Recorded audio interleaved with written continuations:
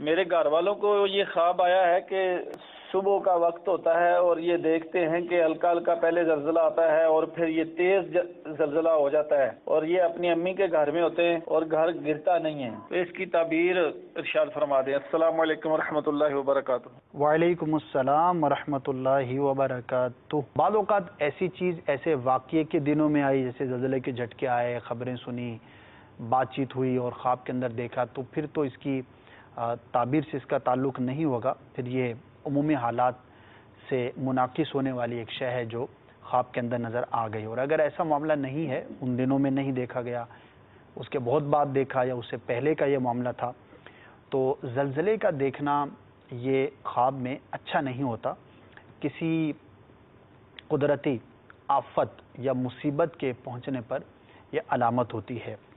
تو اہل خانہ کو چاہیے، اس علاقے والوں کو چاہیے کہ اللہ تبارک و تعالیٰ کے بارگاہ میں عافیت کی دعا کریں، خاص طور پر جس نے خواب میں یہ دیکھا ہے تو وہ دعا بھی کرے، کچھ صدقہ اور خیرات بھی کرے، کہ صدقہ جو ہے وہ مصائب و آلام کو دور کر دیتا ہے، اس سے انسان کی حفاظت فرماتا ہے۔